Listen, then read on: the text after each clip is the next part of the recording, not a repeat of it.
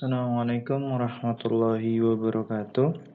Baik, di pertemuan kita di sesi yang ketujuh ini, kita akan membahas aturan penulisan laporan ya. Jadi di pemantapan kemampuan profesional kita di akhir itu kan ada laporan ya, laporan penelitian tindakan kelas ya dengan desain penelitian tindakan kelas gitu. Nah, ini adalah aturan-aturan yang harus kalian taati sehingga nanti di dalam proses penulisan laporan penelitian tindakan kelas atau laporan akhir PKP itu seragam ya. Dan sehingga nanti juga akan memudahkan di dalam proses penilaian karena ini menjadi indikator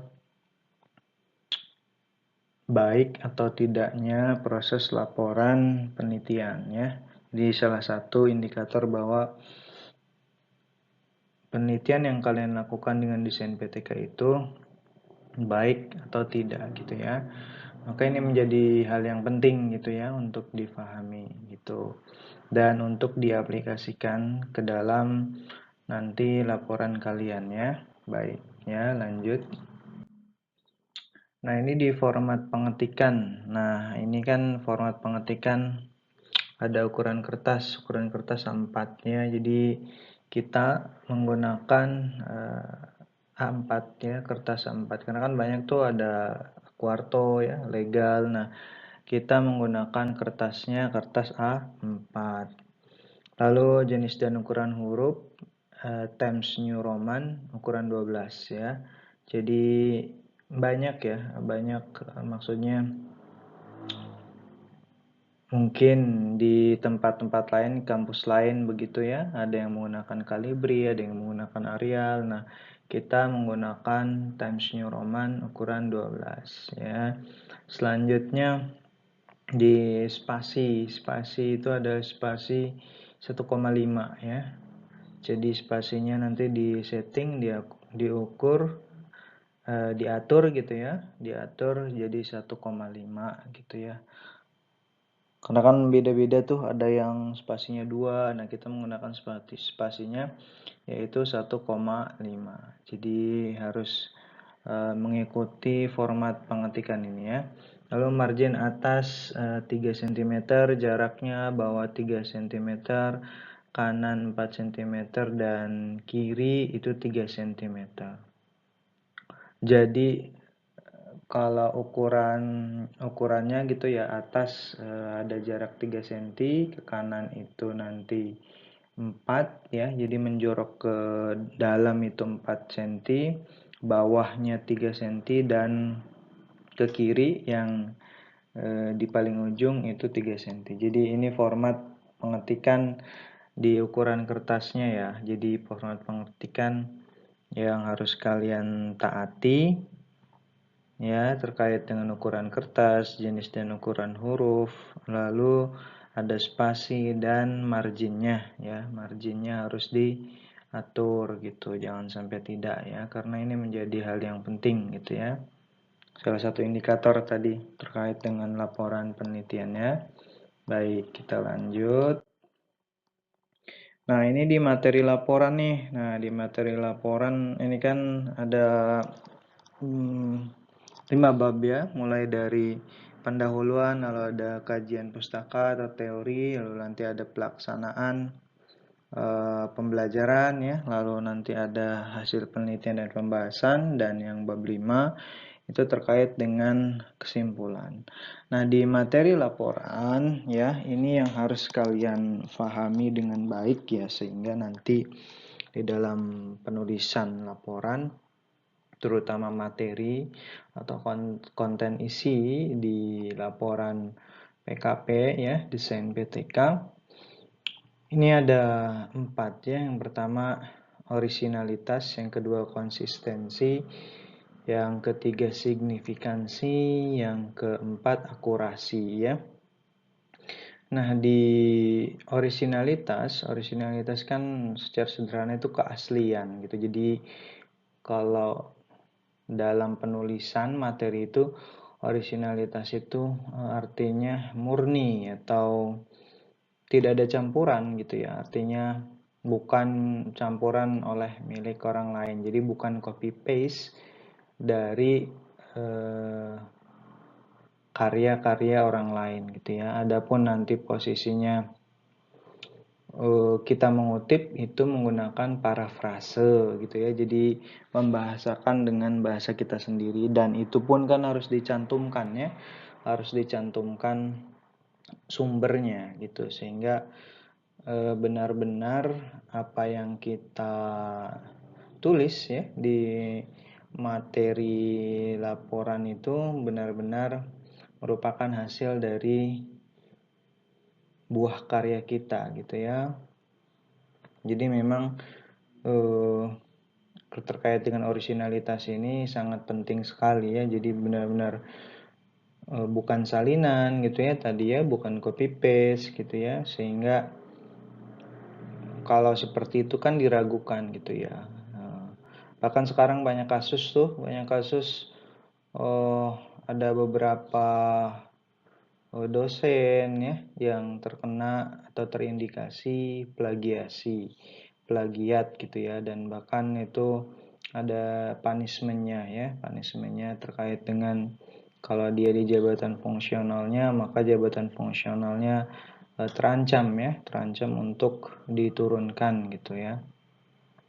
Maka ini kalian harus benar-benar diperhatikan dengan baik ya, harus dijaga gitu ya, jangan sampai tidak orisinil, tidak asli gitu ya.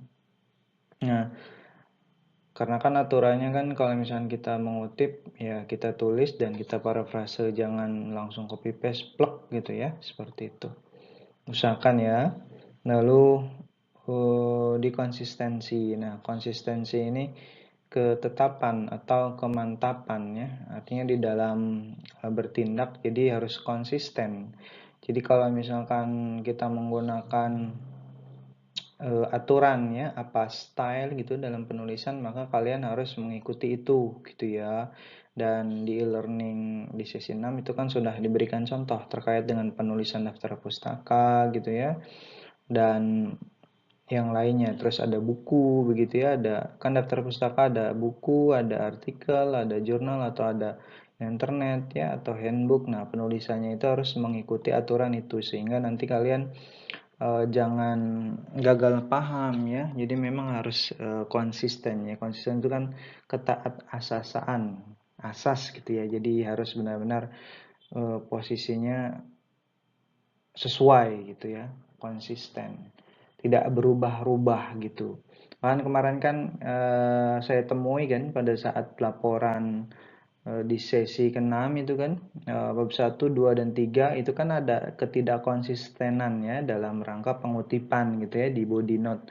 Nah, itu harus disesuaikan gitu, harus dipilih, harus konsisten satu saja. Kan itu menjadi aturan nih sekarang. Nah, maka ini menyambungkan dengan yang sesi 6 kemarin, kita membahas beberapa kasus ya yang sudah dipresentasikan. Nah, kita evaluasi, ternyata masih ada ketidakkonsistenan.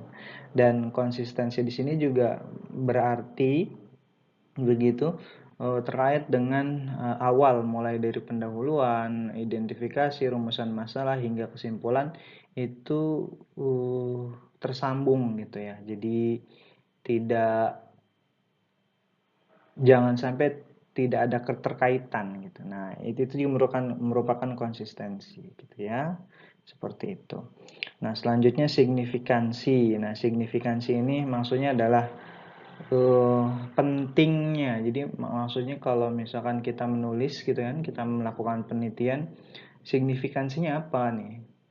Pentingnya, seberapa penting kita melakukan penelitian ini gitu. Artinya impact-nya atau dampaknya ke proses pendidikan, terutama pembelajaran di dalam kelas itu apa gitu, manfaat yang bisa diambil, sehingga dari situ nanti ya para pendidik yang lain, para researcher yang lain gitu ya, peneliti yang lain, atau stakeholder pemangku kebijakan dan yang lain-lain terkait dengan dunia pendidikan gitu ya di dalam proses KBM itu akan bisa mengambil manfaat ya, atau bisa meneliti kembali gitu ya, apa yang menjadi kebutuhan di dalam proses perbaikan kualitas pembelajaran di kelas gitu. Jadi itu juga kalian harus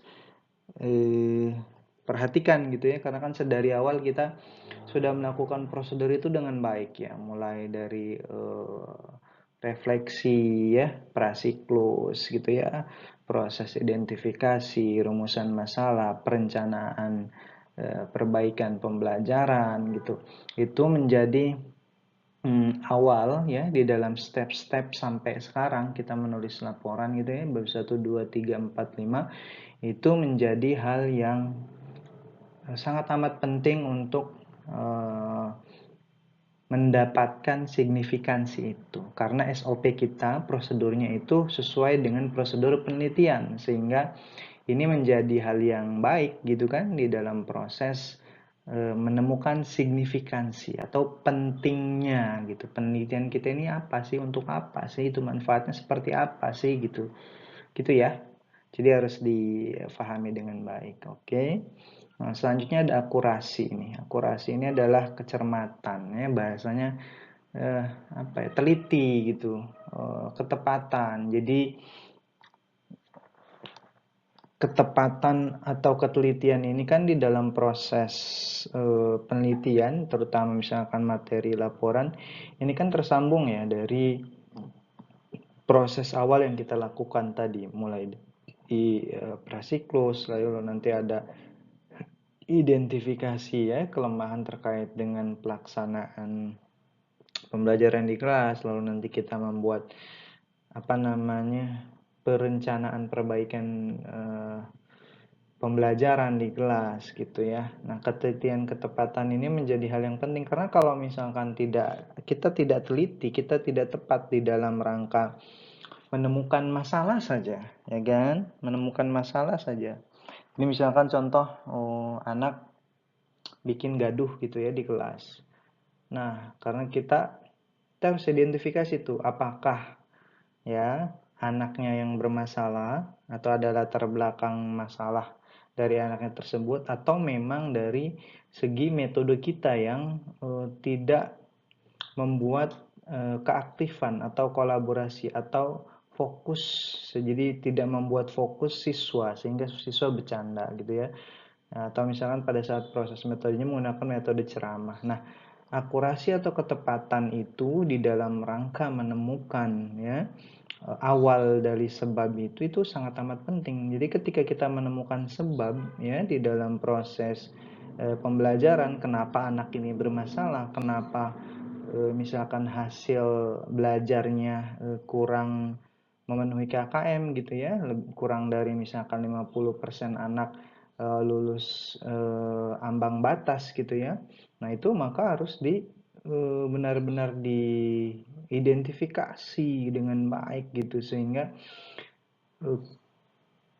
itu menjadi sebuah modal ketelitian gitu, ketepatan, sehingga kalau kan impactnya kalau misalkan kita tidak teliti atau kita tidak tepat gitu ya di dalam proses penyusunan ya, dalam langkah-langkah laporan penelitian terutama desain PTK ini, ya otomatis gitu, itu akan diragukan. Artinya validitas dari sebuah laporan penelitian itu akan diragukan, itu impactnya ke sana.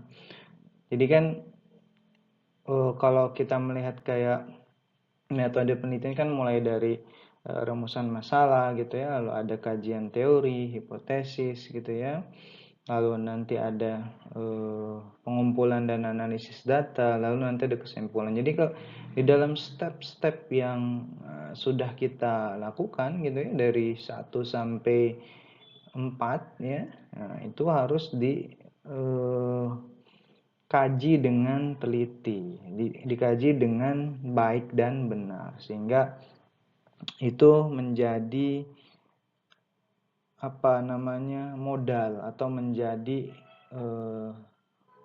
power, kekuatan di dalam rangka bagus nih gitu, dalam rangka validitas laporan kita gitu, materi laporan kita ya, seperti itu. Jadi itu harus perhatikan dengan baik. Lalu, nah ini yang tidak kalah penting ini, hati-hati plagiasi. Nah itu tadi. Jadi originalitas, konsistensi, signifikansi, akurasi ini merupakan langkah-langkah awal ya, atau langkah-langkah yang kita lakukan untuk menghindari plagiasi. Maka tadi saya sudah bilang di originalitas kita harus menggunakan parafrase gitu ya. Jangan sampai kita plek gitu ya, mengcopy paste gitu kata-kata atau definisi atau konsep atau teori yang ada di karya orang lain lalu kita ambil gitu, tetapi tanpa ada parafrase atau perubahan kata tanpa mengubah makna. Jadi itu ya, parafrase itu maksudnya seperti itu. Jadi karena kalau misalkan kita plagiasi nanti ya, nanti kita kan ending dari PKP ini kan nanti kalian akan membuat artikel ilmiah. Nah itu nanti di artikel ilmiah itu di apa namanya, di engine ya, itu nanti akan terdeteksi plagiasinya berapa, dan itu harus di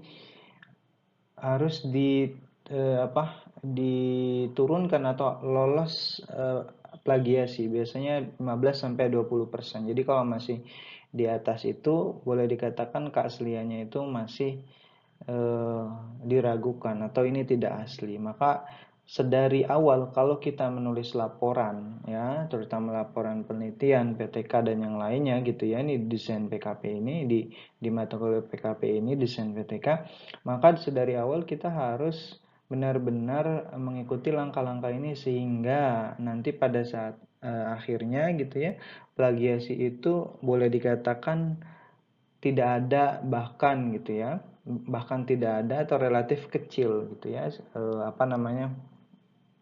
tingkat plagiasinya atau tingkat kesamaan antara artikel kalian yang dibuat dengan artikel yang sudah ada gitu ya, sudah jadi begitu ya. Nah itu harus diperhatikan dengan baik gitu ya. Oke, kita next ya. Nah ini ada ketepatan bahasa. Nah di bahasa gitu ya, ada ketepatan pilihan kata, istilah, lalu ada kejelasan, penggunaan bahasa formal, penggunaan ejaan yang benar. Nah, di ketepatan pilihan kata atau istilah ini harus sesuai ya. Jadi karena kalau kita menggunakan kata tidak tepat ya, atau istilah yang tidak tepat dalam proses penelitian laporan gitu ya, di laporan penulisan gitu, maka itu akan apa namanya, mengganggu atau bahasanya akan pembaca atau peneliti atau akademisi yang lain itu akan melihat, loh kok seperti ini gitu, ini nggak pas nih katanya gitu. Jadi kita juga harus melihat apa namanya, susunannya katanya SPOK gitu ya, subjek predikat objek atau keterangan, atau minimal SPO gitu. Jadi sehingga tidak ada keambiguan gitu. Nah, keambiguan. Jadi nah di kejelasan ini sama tuh ya, maksudnya nyambung tadi ketika ya di dalam proses penggunaannya ya, kejelasan itu menjadi penting. Jadi ambigu. Nah, kejelasan itu kan struktur bahasanya masuk ke SPOK gitu. Jadi jangan sampai apa yang kita tulis itu masih ada pertanyaan-pertanyaan lagi. Jadi kejelasan tentang isi, tentang laporan yang kita buat terkait dengan judul sampai akhir itu menjadi hal yang penting gitu. Tidak bertele-tele gitu ya, sesuai dengan kaidah penulisan gitu. Nah, lalu penggunaan bahasa formal. Nah, penggunaan bahasa formal ini bahasa yang diakui ya, karena kita bahasa Indonesia yang menggunakan bahasa Indonesia atau bahasa baku gitu ya. Tidak menggunakan bahasa bebas, tidak menggunakan bahasa gaul, tidak menggunakan bahasa alay gitu ya. Nah, ini menjadi hal yang penting untuk diimplementasikan ya. Maka harus disesuaikan. Dan biasanya sih paling mungkin ketika kalian penggunaan bahasa formal ini yang ada tipe-tipe gitu ya. Nah, maka harus hati-hati juga di dalam penulisannya gitu ya. Nah, penggunaan ejaan yang benar. Nah, ini penggunaan ejaan yang benar kan kalau masih di era 45 itu kan ada tambahan ya, ejaannya masih ada. Berjuang berarti berjuange gitu, atau berjuang DJOEN gitu, ENG gitu ya. Nah itu juga harus diperhatikan. Jadi penggunaan ejaan, terus apa namanya, singkatan gitu. Nah singkatan juga posisinya harus yang baku. Jadi kalau misalkan itu baku dan umum digunakan boleh, tapi kalau misalkan itu belum baku atau digunakan oleh umum secara banyak atau formal itu, atau secara keumumannya sudah dipakai, sudah tahu nih orang-orang nih. Nah, misalkan penggunaan kata OCB gitu ya, Organizational Citizenship Behavior. Itu kalau ketika kita menggunakan ejaan OCB atau menyingkat itu, semua orang sudah mengerti dan paham gitu, maka itu dibolehkan. Tapi kalau misalkan tidak, maka harus ditulis semuanya gitu ya. Nah, itu menjadi hal yang pentingnya sehingga harus diperhatikan ya. Nah, oke ya, itu tadi aturan penulisan laporannya, sehingga nanti kalian harus dipatuhi ya.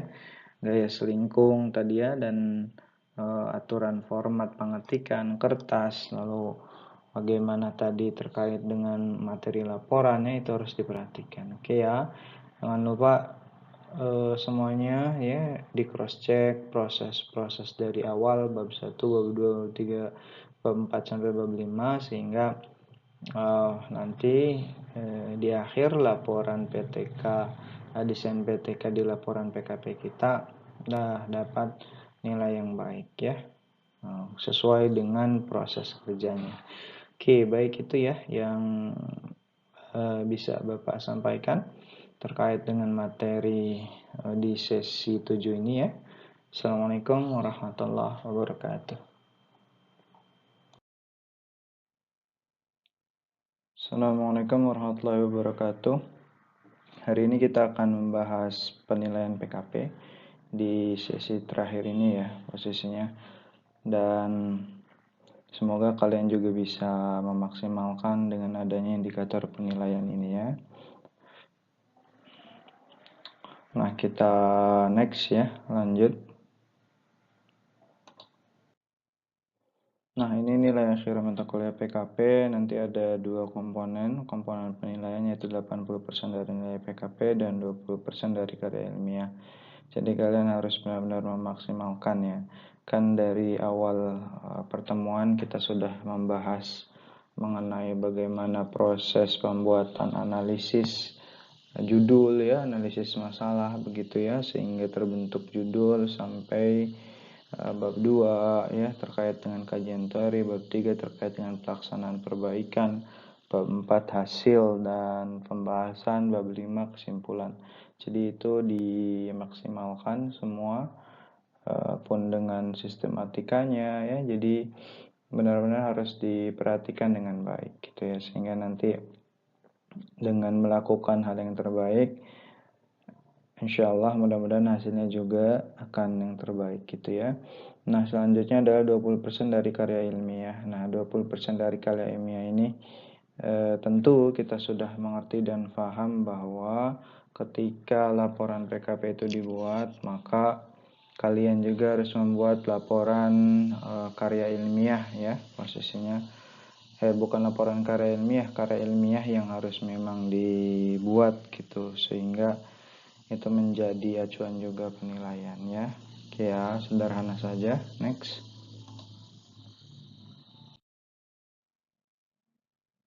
Nah, di slide ini kita melihat bahwa ada komponen penilaian PKP ya, ada dua. 50% dari nilai aktivitas perbaikan pembelajaran, lalu 50% dari nilai laporan perbaikan pembelajaran. Nah, jadi kalau di setiap sesi web ya, kita kan sudah web gitu ya. Di situ kalian lakukan ya proses partisipasi, baik bertanya, baik diskusi ya, ada presentasi ya dalam tutorial, maka itu juga menjadi poin indikator kalian di penilaian PKP. Lalu di aktivitas perbaikan pembelajaran tentu Yang dilihat adalah bagaimana proses kesesuaian antara rencana atau perencanaan perbaikan pembelajaran dengan aktivitas perbaikan pembelajaran ya, seperti itu. Nah, selanjutnya dari nilai laporan perbaikan pembelajaran tentu ya, maka itu akan menjadi poin penting juga di dalam komponen penilaian PKP. Apakah prosesnya gitu ya, sehingga didapatkan nilai laporan itu sesuai atau tidak begitu ya. Nah, sehingga nanti akan mendapatkan nilai yang baik begitu ya, seperti itu.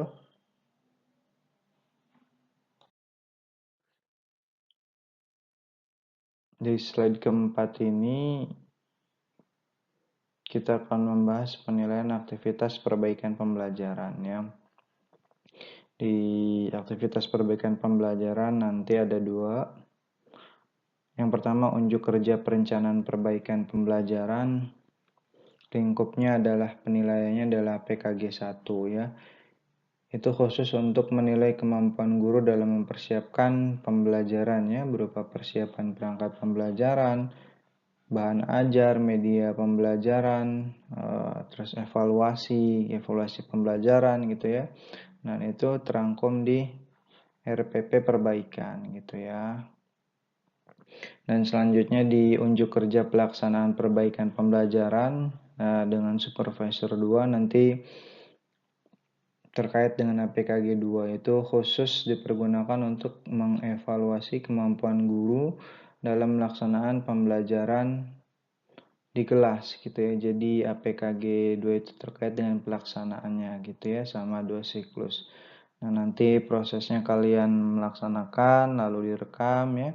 Ada supervisor 2 yang mengamati begitu. Dan jangan lupa juga jurnal pembimbingan dengan supervisor 2 ya.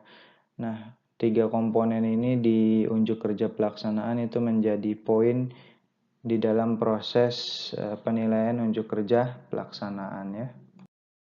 Nah, di slide penutup ini kita sama-sama berdoa ya untuk kalian ya. Saya, kalian sama-sama berdoa semoga kita selalu mendapatkan kesuksesannya. Tentu di dalam proses laporan PKP secara sederhana indikator suksesnya adalah mendapatkan keilmuan ya yang baik lalu mendapatkan nilai yang baik. Semoga bisa bermanfaat keilmuan yang kalian sudah miliki ya, dan terus ya berbuat untuk berdampak untuk kemajuan pendidikan Indonesia ya. See you next time to be continue. Assalamualaikum warahmatullahi wabarakatuh.